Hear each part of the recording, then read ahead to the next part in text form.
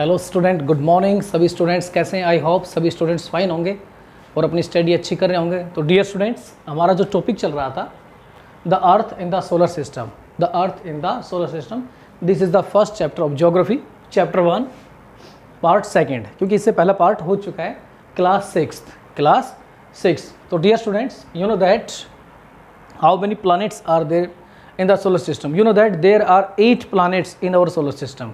हमारे solar system में 8 planets हैं और इस चीज़ को आप अच्छी तरह से जानते हैं। इन सभी प्लैनेट्स के अंदर भी अगर लाइफ की बात करें तो earth is the only planet where life is possible. और अर्थ ही, पृथ्वी एक ऐसा ग्रह है जहाँ पर जीवन संभव है। अगर हम बात करें ये जो प्लैनेट्स की बात करें, they do not have their own heat and light, अर्थात जितने भी प्लैनेट्स हैं उन सभी के अंदर अपनी हीट एंड लाइट अर्थात प्रकाश और उष्मा नहीं होती है। अब they reflect the sun's light, अर्थात इन सभी ग्रहों के अंदर जो रोशनी या जो रोशनी होती है, जो चमक होती है या उष्मा होती है, हीट होती है, दे गेट्स फ्रॉम द सन, अर्थात उन्हें सूर्य से ये सब चीज़ें प्राप्त होती हैं। अब इसके अंदर हम बात करें, एक ऑर्गेनाइजेशन है, इसकी हम बात करें IAU, इंटरनेशनल एस्ट्रोनॉमिकल यूनियन।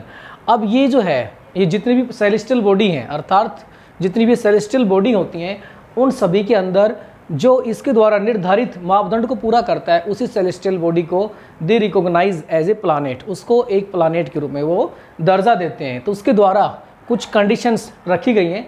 अगर उन कंडीशंस की बात करें, the first is it must be a celestial body orbiting around the Sun, अर्थात ऐसी कोई सेलेस्टियल बॉडी जो सूर्य के चारों ओर घूमती हो, सूर्य के चारों ओर अर्थात एक निश्चित एक मार्ग के अंदर अपना निश्चित एक वर्त बनाती हो, उसके अंदर घूमती हो। तो पहला कंडीशन तो ये होनी चाहिए। The second condition, it must have enough weight for its self gravity, अर्थात उस ग्रह के पास, उस सेलेस्टियल बॉडी के पास अपनी इतनी गुरुत्वाकर्षण शक्ति, सेल्फ ग्रेविटी होनी चाहिए कि वो अपने चारों ओर का मार्ग साफ कर सके और अपने आसपास की चीज़ें उनको अपनी ओर खींच सके। उसको बोलते हैं ग्रेविटी, अर्थात गुरुत्वाकर्षण शक्ति। ये पृथ्वी है, अपनी जो अर्थ है, इसके पास भी ग्रेविटी पावर होती है। जितने भी प्लैनेट्स हैं सभी के पास ग्रेविटी पावर होती है, यहाँ तक कि जो सन है उसके पास भी पाई जाती है। It must have a near by round shape, और वो मूवमेंट करते समय एक राउंड शेप बनाए, अर्थात गोल आकार का अपना शेप बनाए। इसके हम आगे बात करें, प्लैनेट्स ऑर्बिट अराउंड द सन। अब ये सभी आप जानते हैं, जितने भी प्लैनेट्स हैं दे ऑर्बिट अराउंड द सन। जितने भी प्लैनेट्स हैं, जितनी भी अन्य सेलेस्टियल बॉडी हैं, वो सारी की सारी सूर्य के चारों ओर घूमती हैं। इसके बारे में मैंने पिछले जो अपना वीडियो था उसके अंदर आपको मैं बता चुका हूँ। All the planets are spherical in shape, अर्थात जितने भी प्लैनेट्स होते हैं वो आकार में गोलाकार होते हैं, गोलाकार एक आकार में होते हैं। But their size are different to each other, लेकिन इन प्लैनेट्स का जो साइज होता है वो एक दूसरे से अलग होता है। मुख्य रूप से अगर उनको we can understand it with the help of diagram, एक डायग्राम के द्वारा हम उनको अच्छी तरह समझ सकते हैं। सपोज दिस इज सन, ये सन है, और सन से डिस्टेंस के अनुसार हमने सारे ग्रहों को यहाँ मेंशन कर रखा है। सबसे पहला जो ग्रह है, फर्स्ट जो है मरकरी, उसको after that Venus, after that earth, after that की बात करें next Mars, Jupiter, Sun, Uranus और लास्ट नेपच्यून। अब इन प्लैनेट्स की हम बात करें, जो फर्स्ट प्लैनेट है ये सबसे स्मॉलेस्ट प्लैनेट है, सबसे छोटा planets Mercury is the smallest planet in our solar system. After that Venus यानी शुक्र ग्रह भी कहते हैं। आफ्टर दैट अर्थ, जो अर्थ है, अर्थ और वीनस इन दोनों की शेप बिल्कुल समान है। इस प्रकार इन दोनों ही प्लैनेट्स को जुड़वा सिस्टर कहा जाता है एक प्रकार से, क्योंकि दोनों की जो शेप देंगे बिल्कुल समान है। और सबसे बड़ा जो planet, largest planet of the solar system की बात करें, जुपिटर, अर्थात सबसे बड़ा जो प्लैनेट है वो जुपिटर्स हैं। इन सारे के सारे, और सबसे लास्ट सूर्य से डिस्टेंस के अनुसार हम बात करें तो Neptune is the farthest way from the Sun, अर्थात ये सब दूरी से सबसे दूरी के अनुसार स्थित है। अब अगर हम बात करें सनरेज की बात करें, सभी के सभी जो प्लैनेट्स हैं इनको सनरेज अर्थात सूर्य की रोशनी या सूर्य किरणों से एक हीट प्राप्त होती है। हमारी पृथ्वी तक ये जो सनरेज पहुंचने में लगभग 8 मिनट 15 सेकंड का टाइम लेती हैं। ठीक है, the sun rays reach on the earth about 8 minute 15 second का ये समय लेती वहाँ तक पहुँचने के लिए। Planets divides into 2 main categories. हम प्लैनेट्स को दो कैटेगरीज में, 2 श्रेणियों में विभक्त कर सकते हैं। फर्स्ट, लार्ज गैस जाइंट्स, अर्थात कुछ जो हमारे प्लैनेट्स हैं गैस के बने हुए हैं, इनकी हम बात करें, Jupiter, Sun, Uranus and Neptunes. These planets are made with the gas next हम बात करें टेरेस्ट्रियल प्लैनेट्स। टेरेस्ट्रियल प्लैनेट्स अर्थात चट्टानी, जिन ग्रहों का निर्माण होने के अंदर चट्टानों का बहुत बड़ा हाथ है, उनके अंदर हम बात करें mercury, Venus, earth and Mars. ये 4 अन्य प्लैनेट्स हैं जिन्हें हम टेरेस्ट्रियल प्लैनेट्स कहते हैं अर्थात चट्टानी ग्रह भी कहते हैं। नेक्स्ट हम बात करें the movement of the earth. There are 2 types of the movement of the earth, अर्थात हमारा जो ग्रह है उसके 2 प्रकार की मूवमेंट हैं। First movement is rotation and second movement is revolutions. Rotation movement की बात करें तो रोटेशन मूवमेंट पृथ्वी का वो मूवमेंट होता है जब जिसमें पृथ्वी अपनी एक्सिस अर्थात अपनी दूरी पर घूमती है। और ये एक्सिस क्या होती है? This is an imagery line, अर्थात ये काल्पनिक एक धुरी होती है जिसके ऊपर अर्थ मूवमेंट करती है। And second movement is revolutions, और रेवोल्यूशंस का मतलब होता है अर्थात हमारी पृथ्वी सूर्य के चारों एक चक्कर पूरा करती है।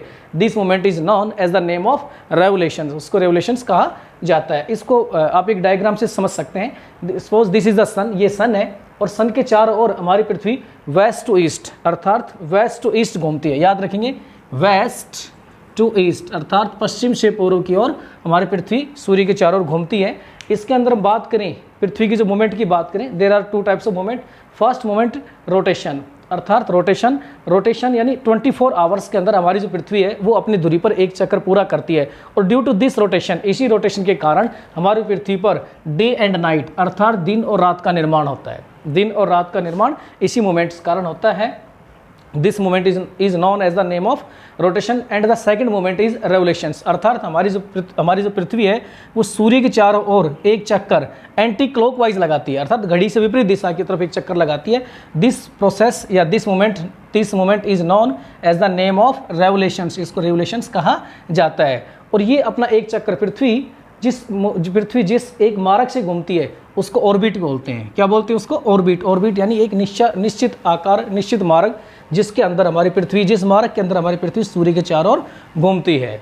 इस रेवोल्यूशंस के अंदर अपना वन राउंड पूरा करने के लिए our earth takes about 300 right 1/4 days, अर्थात 365 सही 1/4 दिन का एक टाइम लेती है अपने एक चक्कर को पूरा करने के लिए अराउंड द सन। और इसी मूवमेंट के कारण हमारी पृथ्वी पर जो सीजन्स होते हैं अर्थात सर्दी, गर्मी, मौसम या ऋतु जो चेंज होती हैं वो इसी मूवमेंट के कारण होते हैं। तो इस प्रकार आपने देखा कि हमारी पृथ्वी पर 2 प्रकार के मूवमेंट पाए जाते हैं, रोटेशन एंड रेवोल्यूशंस का मूवमेंट पाया जाता है। Dear students, please look some facts we know more about the planets and कुछ अन्य फैक्ट्स हैं जिनके द्वारा हम इन ग्रहों को अच्छी तरह समझ सकते हैं। और first, this is sun.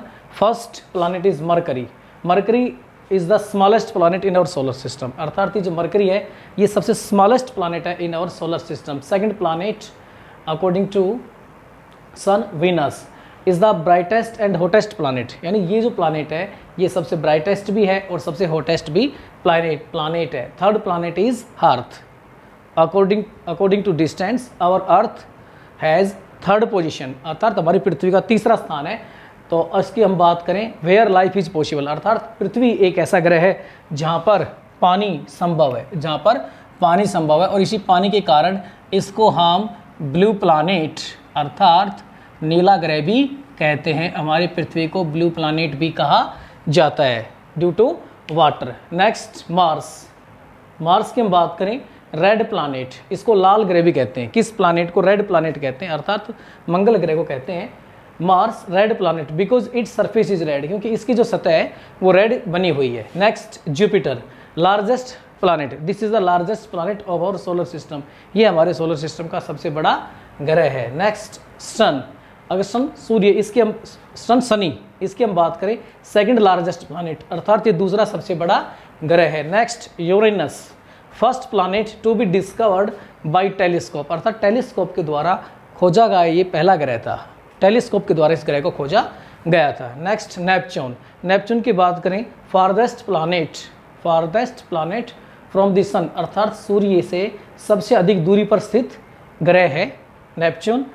And the last Pluto, this is not a planet presently, ये जो प्लूटो है अब एक ग्रह नहीं है, this is a dwarf planet, अर्थात इसको बोना ग्रह की श्रेणी में रखा गया है सिंस 2006, अर्थात 2006 से इसको ड्वार्फ प्लैनेट अर्थात बोना ग्रह के रूप में इसको मान्यता प्राप्त है। This is the not part of our solar system. अभी हमारे सोलर सिस्टम का पार्ट नहीं, अर्थात ग्रह उसकी श्रेणी के अंदर ये नहीं आता है। ये एक ड्वार्फ प्लैनेट है, अर्थात छोटा एक क्षुद्र ग्रह के रूप में इसको रखा गया है। तो डियर स्टूडेंट्स, अगर आपको समझ नहीं है तो बार बार वीडियो को देखें और चैप्टर को पढ़ें, चैप्टर के साथ साथ वीडियो को देखें। Best of luck. Okay students, fine.